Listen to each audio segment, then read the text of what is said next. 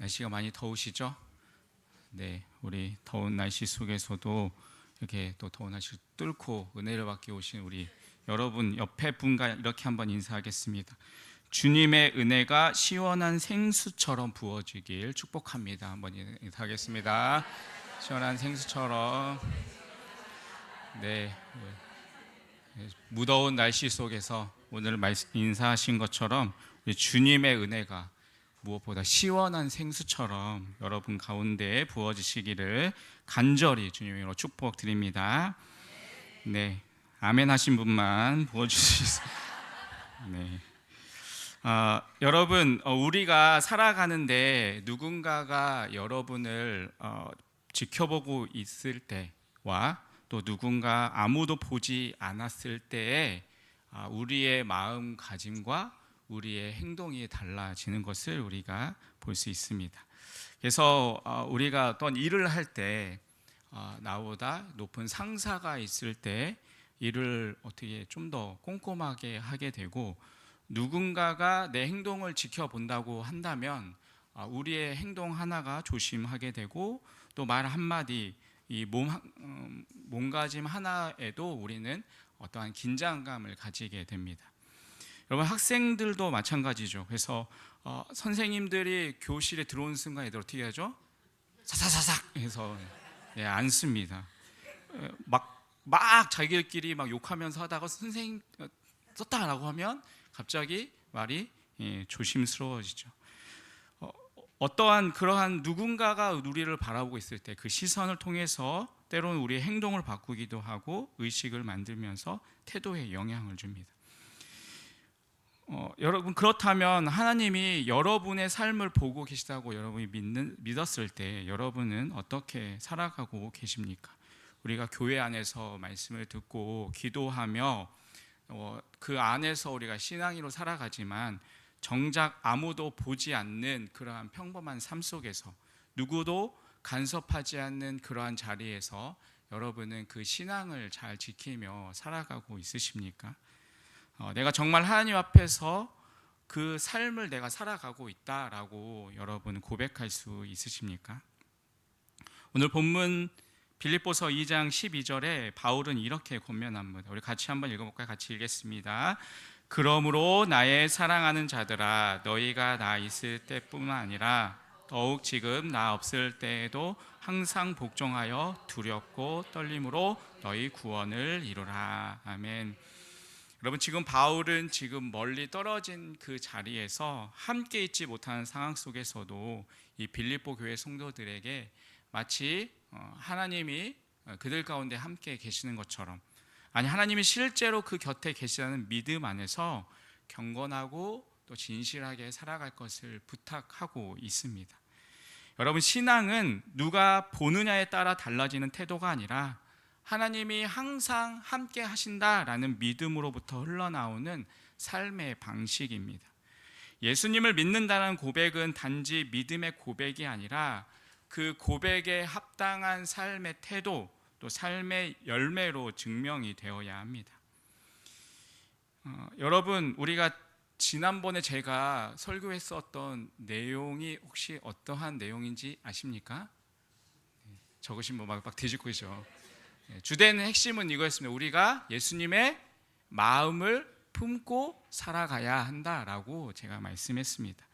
여러분, 우리가 예수님의 마음을 품고 이 세상 가운데 살아가야 하는데, 그럼 오늘 말씀을 통해서 그 예수님을 품은, 마음을 품은 사람이 우리가 어떻게 우리가 또 살아가야 할지를 함께 생각해 보려고 합니다. 그래서 우리가 이 예수님의 마음을 품은 우리가 이 세상 속에서 어떻게 살아가야 하는지 우리가 한번 우리의 삶 속에서 생각해 보아야 합니다. 우리가 매일 일하는 그러한 일터, 또 가정의 식탁, 또 자녀를 키우는 그러한 순간들, 또 때로는 감정이 요동치는 그러한 대화 속에서 우리는 어떻게 예수님의 마음을 품은 자로서 살아가야 할 것인지를 우리는 곰곰이 생각해 보아야 합니다. 그러면서 우리는 예수님을 믿는 나는 지금 이 순간 예수님의 마음을 품고 있는가, 또 예수님이 나의 행동을 보신다면 뭐라고 말씀하실까, 또 지금 나의 삶은 복음을 보여주고 있는가, 우리는 한번 곰곰이 생각해 보아야 합니다. 오늘 빌립보서 2장 12절부터 18절까지의 말씀은 바로 그 예수님의 마음을 품은 사람들이 이 땅에서 어떻게 살아가야 하는지를 아주 실제적으로 또 구체적으로 보여주고 있습니다. 자기 중심이 아니라 하나님 앞에서 두렵고 떨리는 마음으로 모든 일에 원망이 없이 기쁨으로, 또 이 세상 가운데 빛나는 별처럼 거룩하게 살아가는 삶, 그것이 주님께서 우리에게 원하시는 성도의 삶의 모습입니다. 이 시간 우리 주님의 말씀이 우리의 양심을 흔들고 또한 우리의 마음을 깨우고 우리의 삶을 다시 새롭게 하는 은혜가 있기를 간절히 바라겠습니다. 그리고 우리 모두가 이 예수님의 마음을 품은 사람답게 하나님 앞에서 또 사람들 앞에서 흔들림 없이 또 진실하게 살아가는 그러한 우리의 삶이 되시기를 간절히 바라겠습니다. 여러분, 그렇다면 예수님의 마음을 품은 사람은 이 세상 가운데 어떻게 살아가야 할까요? 첫 번째로 바로 두렵고 떨림으로 구원을 이루며 살아가야 합니다. 오늘 본문 12절 다시 보면 이렇게 말씀합니다. 그러므로 나의 사랑하는 자들아, 너희가 나 있을 때뿐만 아니라 더욱 지금 나 없을 때에도 항상 복종하여 두렵고 떨림으로 너희 구원을 이루라 라고 말씀합니다. 여러분, 바울은 지금 빌립보 교회가 외적으로 큰 위기를 만났다라고 말하지 않습니다. 오히려 내부적으로 이 신앙의 진실함을 지금 유지하고 있는가, 바울이 없는 지금도 여전히 순수한 마음으로 그 신앙을 살아내고 있는가라고 질문을 하고 있습니다. 그 중심에는 뭐를 이야기하고 있느냐, 바로 두렵고 떨림으로라는 표현이 나오고 있습니다. 여러분, 이 두렵고 떨림이라는 이 말은 겁에 질린 그러한 삶으로 살아가는 것이 아니라 하나님 앞에 서 있는 존재로서 경건한 태도, 무게감 있는 그러한 신중함을 의미합니다. 마치 이사야가 하나님 앞에서 화로다 나여 망하게 되었도다라고 외쳤던 것처럼 하나님 앞에 섰을 때 자신의 연약함과 또 부족함을 아는 그러한 겸손한 태도입니다. 여러분, 종종 우리는 구원을 과거형으로 이해할 때가 있습니다. 나는 이제 예수 믿고 구원받았어 라고 그렇게 우리는 생각을 합니다. 하지만 성경은 구원을 단지 받은 그냥 사건이 아니라 계속해서 우리가 구원을 또한 이루어 가야 할 여정이라고도 말합니다. 우리가 물론 어떠한 행위를 통하여서 구원을 얻었다는 것은 아닙니다. 에베소서 2장 8절에서 9절에도 분명히 우리에게 이렇게 말합니다. 너희는 그 은혜에 의하여 믿음으로 말미암아 구원을 받았으니 이것은 너희에서 난 것이 아니요 하나님의 선물이라. 행위에서 난 것이 아니니 이는 누구든지 자랑하지 못하게 함이라 라고 말씀합니다. 그러니까 이게 구원이 어떤 우리의 행위를 통해서 받은 것이 아니고 하나님의 선물이지만, 그러나 그 구원을 받은 자는 그 구원의 은혜를 드러내는 삶을 살아가야 합니다.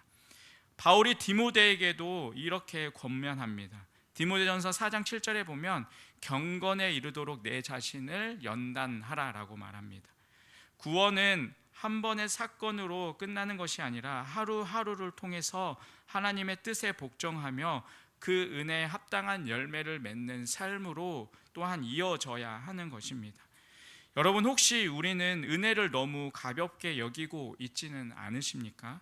어차피 구원은 하나님이 주시는 거니까 그냥 살면 되지라고 하는 그러한 식의 태도는 복음을 잘못 이해하는 것입니다.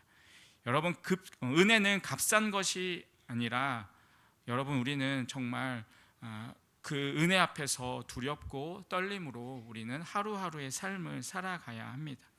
특별히 이 말씀은 공동체적인 의미를 또한 담고 있습니다. 너희 구원을 이루라 라는 말은 개인적인 적용뿐만 아니라 공동체 전체가 함께 이 거룩을 이어가야 한다라는 뜻이 담겨져 있습니다. 여러분, 교회는 믿음의 공동체입니다. 여러분, 누군가가 지치면 붙잡아주고 또 누군가가 흔들리면 함께 기도해주고 서로를 경외함으로써 세워주는 그러한 공동체가 되어야 합니다. 그래서 빌립보서 1장 27절에도 바울은 이렇게 말합니다. 1장 27절 한번 말씀 같이 볼까요? 1장 27절의 말씀을 같이 한번 읽겠습니다. 시작. 오직 너희는 그리스도의 복음에 합당한 생활하라. 이는 내가 너희에게 가보나 떠나 있으나 너희가 한 마음으로 서서 한 뜻으로 복음의 신앙을 위하여 협력하는 것과. 아멘. 바울도 여기에서 이야기하는 것이 너희가 한 마음으로 서서 한 뜻으로 복음의 신앙을 위하여서 협력하라라고 말씀하고 있습니다. 여러분, 구원을 이루는 삶이란 바쁜 일상 속에서 정말 다시 주님을 기억하고 작은 결정 앞에서도 주님이 원하시는 것이 무엇일까라는 묻는 그러한 삶입니다. 여러분, 하나님을 경외하는 마음으로 하루를 시작할 때도, 또 대화를 나눌 때도, 일터 가운데서, 가정 안에서, 또 교회 안에서 내가 지금 누구 앞에 서 있는지를 잊지 않고 살아가는 그러한 삶의 모습입니다. 여러분, 오늘도 여러분은 주님 앞에 살아가고 계십니까? 네, 다시 한번 생각해. 정신 놓치시면 안 돼요. 네, 여러분이 늘 주님 앞에 살아가고 있다는 생각을 잊지 않고 살아가는 그런 모습이 되시길 바랍니다. 여러분, 예수님의 마음을 품는 우리는 두렵고 떨리는 이 마을이 어울리는 그러한 경건과 순종의 삶의 하루를 살아가야 합니다. 여러분, 그 삶이 하나님이 기뻐하시는 삶의 모습입니다. 여러분, 우리가 그 주님 앞에서 두렵고 더욱더 떨린 그러한 마음을 가지고 경건과 순종의 삶을 살아갈 수 있는 그런 우리의 삶이 되시기를 간절히 주님의 이름으로 축원드리겠습니다. 두 번째로, 우리 예수님의 마음을 품은 사람은 기쁨으로 순종하며 주님과 함께 살아가야 합니다. 빌립보서 2장 13절의 말씀에 보면 이렇게 기록합니다. 우리 2장 13절 말씀 같이 읽겠습니다. 시작. 너희 안에서 행하시는 이는 하나님이시니 자기의 기쁘신 뜻을 위하여 너희에게 소원을 두고 행하게 하시나니. 아멘. 우리 앞서서 두렵고 떨림으로 우리가 구원을 이루며 살아가는 말씀을 우리가 함께 나눴습니다. 그러나 그 말씀을 듣고 나면 우리는 마치 우리의 힘으로 뭔가를 이뤄내야 할 것 같은 그러한 부담감을 느낄 수 있습니다. 그런데 바울은 이어지는 이 13절에서 우리 안에 이 일을 이루시는 분이 바로 하나님이시다라고 선포합니다. 여러분, 우리가 복종하고 순종하는 삶을 살 수 있는 이유는 내가 어떠한 힘이 있고 내가 능력이 있어서가 아니라 우리 안에 성령 하나님께서 지금도 역사하고 계시기 때문입니다. 여러분, 이 말은 단순한 위로가 아니라 놀라운 복음의 진실입니다. 하나님은 우리 안에 소원을 두고 행하게 하십니다. 즉, 하나님의 뜻을 향한 갈망과 또 열망, 그리고 그 뜻을 살아낼 수 있는 능력을 우리 안에 함께 주신다라는 것입니다. 여기서 소원은 단순한 바람이 아닙니다. 의지를 담은 결단, 하나님의 기쁘신 뜻을 향한 주도적인 움직임을 말합니다. 즉, 하나님은 우리 안에 하나님의 뜻대로 살고 싶은 그러한 마음을 주시고 또한 그것을 실천해낼 수 있도록 함께 일하고 계신다라는 사실입니다. 여러분, 혹시 마음속에 이러한 갈망이 있지 않으십니까? 예전처럼 정말 뜨겁게 주님을 사랑하고 싶다. 말씀 앞에서 내가 다시 한번 무릎 꿇고 싶다. 주님이 기뻐하시는 삶을 내가 살아가고 싶다. 여러분, 이러한 마음들이 우리 가운데 있지 않으십니까? 있으시죠? 네. 여러분, 우리의 이러한 마음들이 있다면 그 마음이 바로 하나님께서 여러분의 가운데 일하고 계시다라는 증거입니다. 여러분, 그 갈망을 외면하지 마시기 바랍니다. 하나님이 주신 마음은 반드시 열매를 맺습니다. 여러분, 우리의 순종은 억지로 하는 것이 아닙니다. 안 하면 혼날까 봐가 아니라 그분이 나와 함께 하시고 기뻐하시는 삶이기에 나는 순종하며 살아가는 모습이 되는 것입니다. 시편 40편 8절에 이렇게 고백합니다. 나의 하나님이여, 내가 주의 뜻 행하기를 즐기오니 주의 법이 나의 심중에 있나이다 하였나이다. 여러분, 신앙생활은 억지로 하는 일이 아닙니다. 기쁨으로 하는 것입니다. 억지로 끌려다니는 종의 마음이 아니라 기쁘게 주인의 마음을 헤아리는 그러한 아들의 마음으로 사는 것입니다. 또 하나 여기서 주목할 것이 있습니다. 바울은 지금 순종의 삶을 말하면서 그 기쁨이 주님이 우리와 함께 계시기 때문에 가능한 것임을 지금 암묵적으로 전하고 있습니다. 성경은 하나님의 행동하심과 우리의 삶의 열매 사이를 끊임없이 연결 짓습니다.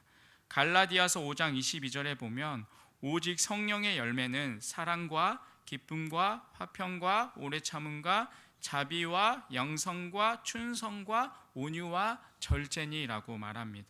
성령이 함께 계실 때 그 가운데서 기쁨은 또한 자연스럽게 따라오는 열매입니다. 그리고 그 기쁨은 단순한 감정이 아니라 또 삶을 또 순종으로 이끄는 힘입니다. 그러므로 여러분, 오늘 우리에게 어떠한 마음으로 주님을 여러분은 따르고 있으십니까? 억지로 마지못해서 남들의 눈치 때문에 혹은 어떠한 의무감으로 순종하고 있지는 않으십니까? 여러분, 하나님은 우리를 억지 순종의 자리로 부르지 않습니다. 기쁨의 동행으로 초대하십니다. 우리를 내버려 두는 것이 아니라 오늘도 우리 안에서 감동하시고 또 소원하시고 힘을 주십니다. 여러분, 이 시간 그 하나님의 은혜에 귀를 기울이시기 바랍니다. 그리고 이렇게 고백하시기 바랍니다. 주님, 제 안에 다시 이 갈망을 회복시켜 주옵소서. 주님의 기쁘신 뜻을 향한 소원을 더욱 뜨겁게 불태워 주옵소서. 여러분, 기쁨으로 순종하는 삶, 주님과 함께 살아가는 삶, 그 삶이 예수님의 마음을 품은 자의 모습입니다. 여러분, 이러한 모습으로 늘 주님과 함께 동행하는 그러한 삶이 되시기를 간절히 주님의 이름으로 축원드리겠습니다. 마지막으로 예수님의 마음을 품은 사람은 이 세상 가운데 빛처럼 살아가야 합니다. 오늘 본문의 빌립보서 2장 15절에 이렇게 말씀합니다. 15절 말씀 같이 한번 읽겠습니다. 15절입니다. 이는 너희가 흠이 없고 순전하여 어그러지고 거스리는 세대 가운데서 하나님의 흠없는 자녀로 세상에서 그들 가운데 빛들로 나타내며. 아멘. 여러분, 우리가 살아가는 세상이 어떠한 세상인가요? 지금 바울은 여기서 보면 이 세상을 향하여서 어그러지고 거스르는 세대라고 이야기하고 있습니다. 말 그대로 기준이 뒤틀리고 진리를 대적하는 그러한 세상입니다.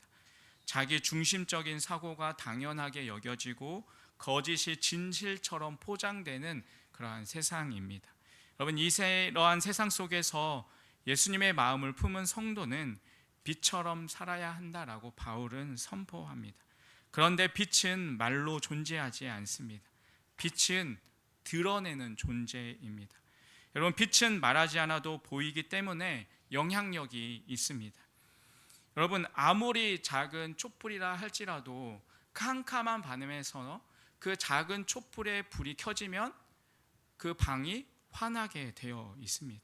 그러니까 아무리 어두운 곳에서도 이 작은 촛불 하나가 방향을 제시할 수 있습니다.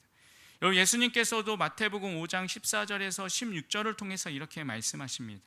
너희는 세상의 빛이라. 산에 있는 동네가 숨기지 못할 것이요 사람이 등불을 켜서 말 아래 두지 아니하고 등경 위에 두나니 이러므로 집안 모든 사람에게 비치느니라. 이같이 너희 빛이 사람 앞에 비치게 하여 그들로 너희 착한 행실을 보고 하늘에 계신 너희 아버지께 영광을 돌리게 하라. 여러분, 예수님은 우리가 세상의 빛이라고 말씀하십니다. 그런데 그 빛은 단지 예배 시간에 찬양할 때만 빛나는 것이 아니라, 예배 시간에 그냥 말씀 듣고 기도할 때만 빛이 나는 것이 아니라 우리의 삶 속에서 정말 하나님의 말씀을 붙들고 살아가는 그 삶의 모습, 또 즉 사람들 앞에서 드러나는 그러한 겸손, 정직, 섬김, 사랑으로 빛나는 것임을 말씀하십니다. 빌립보서 2장 14절에도 이것을 강조합니다. 14절에 보면 모든 일을 원망과 시비가 없이 하라라고 말씀하고 있습니다. 여러분, 오늘날 많은 사람들이 교회를 향해서 마음을 닫는 이유는 신학적인 어떤 이유나 설교 때문이 아닙니다. 바로 성도들의 말투, 태도, 이 반응이 세상과 별반 다르지 않기 때문입니다. 여러분, 교회 밖의 사람들은 우리의 모습을 통해서 그리스도인은 뭔가는 좀 다르구나 라는 것을 보고 싶어 합니다. 그래서 예수를 믿으면 정말 사람이 달라지는구나, 어떻게 저렇게 반응을 하지? 라고 그들은 생각하기를 원합니다. 여러분, 이러한 반응들이 일어났을 때 빛은 어둠 속에서 더 강하게 드러납니다. 여러분은 여러분의 직장에서, 또 여러분의 삶 가운데서, 여러분의 가정 가운데서, 여러분의 이웃 관계 속에서 어떠한 빛을 비추고 계십니까? 혹시 나도 모르는 말 한마디, 여러분 표정 하나가 어둠이 되어 버린 적은 없으십니까? 여기에서 중요한 포인트는 이것입니다. 빛은 비교하지 않습니다. 촛불이 태양을 부러워하지 않듯이 우리도 각자의 자리에서 하나님이 주신 방식으로 우리는 빛을 내며 살아가면 되는 것입니다. 내가 조용히 누군가를 섬기고 말 한마디를 통하여서 위로를 주고 눈에 띄지 않는 충성과 인내로 우리가 하루하루를 살아간다면 그 자체가 하나님께 영광을 드러내며 살아가는 삶의 모습이 되는 것이고, 또 빛이 되는 모습이 되는 것입니다. 바울은 이 빛의 삶을 생명의 말씀을 밝혀라고 우리 16절을 통해서 표현하고 있습니다. 우리는 그냥 착하게만 살아가는 도덕적인 그런 모습이 아니라 우리가 복음을 붙잡고 말씀을 살아내며 이 세상 속에서 생명의 향기를 품어내는 사람들입니다. 여러분, 이 시대는 말보다 빛나는 삶의 본을 필요로 합니다. 이와 예수님의 마음을 품고 그 마음으로 이 세상을 살아갈 때 그 자체가 세상의 방향을 바꾸고 또 사람들의 마음을 여는 통로가 됩니다. 오늘 하루 우리가 가정에서, 또 일터에서, 또 교회에서 또 작지만 분명한 그 빛의 자리를 지켜 나아가시기 바랍니다. 여러분, 그리고 이렇게 기도하시기 바랍니다. 주님, 제 삶이 누군가에게 어두운 인생길에서 방향을 비춰주는 작은 빛이 되게 하여 주옵소서. 여러분, 예수님의 마음을 품은 사람은 세상 한복판에서 말이 아니라 삶으로 복음을 비추는 사람입니다. 오늘 우리가 그 빛의 자리로 다시 나아가기를 간절히 주님의 이름으로 축원드리겠습니다. 여러분, 오늘 우리는 이 바울의 권면을 따라 예수님의 마음을 품은 사람은 이 땅에서 어떻게 살아가야 할지를 함께 생각해 보았습니다. 복잡하고 어지러운 이 세상 속에서 우리는 때로 무엇이 바른 길인가라는 것이 혼란스럽고, 정말 이렇게 살아도 의미가 있을까라고 생각하며 지칠 때도 있습니다. 여러분, 그럴 때마다 오늘의 말씀을 기억하시기 바랍니다. 예수님의 마음을 품고 살아간다는 것은 눈에 띄지 않는 작은 실천 하나하나 속에서 하나님을 드러내는 삶의 모습입니다. 바울은 17절과 18절을 통해서 이렇게 자신을 표현합니다. 17절, 18절 말씀 같이 읽겠습니다. 시작. 만일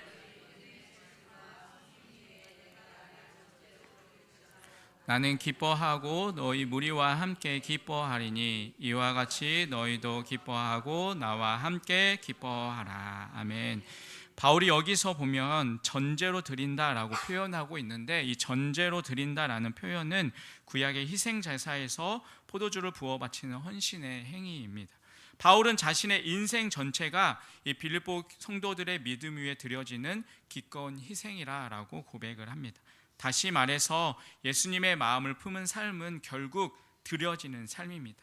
어떠한 자리든지, 어떠한 상황이든지, 어떠한 대가가 따르더라도 주님께 드려지는 삶은 낭비가 아니라 기쁨이 됩니다. 여러분, 오늘 우리가 사는 이 시대는 말보다 진짜가 필요한 시대입니다. 어쩌면 세상은 지금 위대한 능력보다 진실된 순종, 감동적인 어떤 간증보다는 평범한 일상 속에서 예수님의 향기를 기다리고 있는지 모릅니다. 여러분, 그렇다면 우리가 할 일은 단순합니다. 내게 주어진 자리에서 예수님의 마음을 품고 하나님 앞에 정직하고 또한 세상 앞에서 빛처럼 살아가는 것. 여러분, 그것이 진정한 그리스도인의 모습이고 그 삶이 바로 이 땅에 드려지는 예배의 모습입니다. 여러분, 이제 이렇게 결단하며 나아가기를 원합니다. 주님, 오늘도 제 인생을 전제로 드립니다. 이 작고 연약한 저의 삶이지만 예수님의 마음으로 내가 살아가게 하여 주시옵소서. 나로 인해 누군가 주님을 더욱 알고 나로 인해 이 어두운 세상이 조금 더 밝아지게 해 주시옵소서. 여러분, 우리 주님은 우리의 삶 전체가 예배가 되기를 원하십니다. 교회 안에서뿐만 아니라 우리 직장과 또한 가정과 우리 삶의 모든 자리에서 예수님의 마음을 품고 살아가는 우리의 매 순간이 하나님께 드려지는 향기로운 제물이 되기를 간절히 주님의 이름으로 축원드리겠습니다. 기도하겠습니다. 하나님 아버지, 오늘 말씀을 통해 예수님의 마음을 품고 살아가야 할 우리의 부르심을 다시 깨닫게 하시니 감사합니다. 우리의 일상이 주님 앞에 드려지는 예배가 되게 하여 주시옵시고 어떠한 자리에서도 두렵고 떨림으로 순종하게 하여 주시옵소서. 이 세상 속에서 빛처럼 살아가며 주님의 기쁨이 되는 삶을 살아가게 하여 주시옵소서. 예수님의 이름으로 기도드립니다. 아멘.